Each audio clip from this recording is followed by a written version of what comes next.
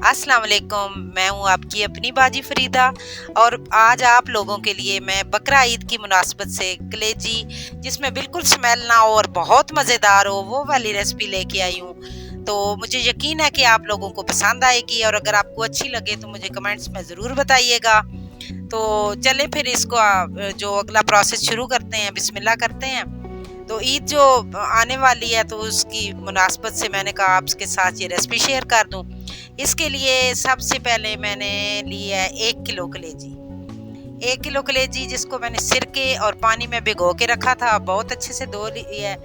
और अब ये ½ किलो दही है और इसके अलावा ये 3 टमाटर है, उनका पेस्ट बनाया है और 2 प्याज हैं। इसके अलावा ये हरे मसाले की चटनी सी बना ली है, मतलब मैंने पुदीना थोड़ा सा भी डाल दिया था। और इसके अलावा धनिया और हरी मिर्चें हैं, गरम मसाला है और खुश्क धनिया है, हल्दी, काली मिर्चें और इसके अलावा ये है नमक।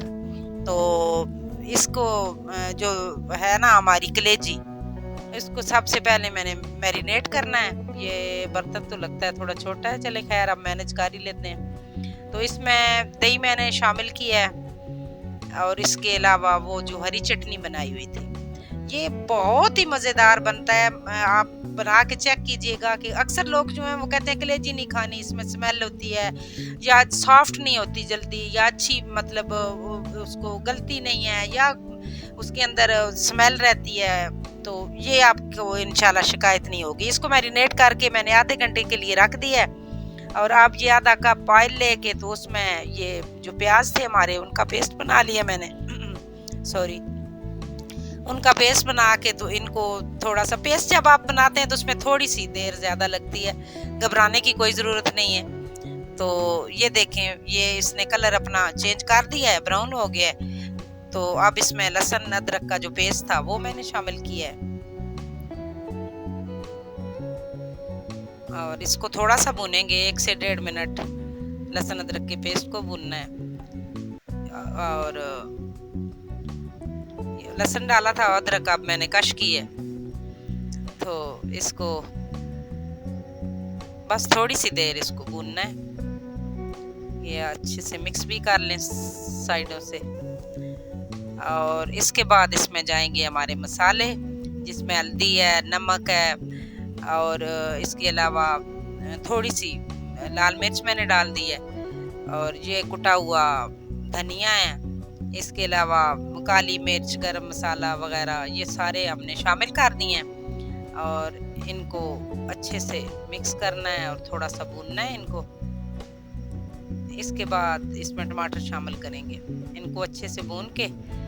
तो बहुत अच्छी खुशबू आ रही है। ये देखें टमाटर, ये तो 3 टमाटर की मैंने तकरीबन था ½ किलो आप कह सकते हैं, तो उनकी पेस्ट तैयार कर ली थी मैंने।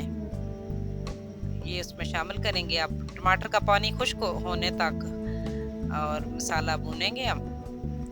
उसके बाद इसमें जाएगी हमारी मैरिनेटेड कलेजी। तो अगर आप यहाँ तक आ गए हैं, आपको मेरी वीडियो अच्छी लग रही है तो लाइक कर लें और सब्सक्राइब करें ताकि हमारा जो साथ है वो आगे भी जुड़ा रहे। ये जो मैरिनेट की हुई मेरी कलेजी थी दही समेत और हरी चटनी समेत वो मैंने इसमें शामिल कर दी है। अब आधा घंटा तकरीबन उसको रखा था, उसके बाद मैंने मसाला भूनना शुरू किया है। तकरीबन पौना घंटा हो गया। थोड़ी देर इसको दम पे रखूंगी ताकि पानी वगैरह, आपको पता है कलेजी में, हालांकि मैंने वो छलनी की तरह सी छाबी थी उसमें रखी हुई थी, पानी तो नहीं था लेकिन फिर भी ये पानी छोड़ती है और दही भी है हमारा। तो इसको हम करेंगे कि अब अच्छे से इनके खुश्क होने तक भूनेंगे। बहुत मज़ेदार, इतनी मज़ेदार कि आप कहेंगे कि वाह क्या बात है, माशाल्लाह। इसमें कोई स्मेल नहीं, बहुत सॉफ्ट, बहुत अच्छी।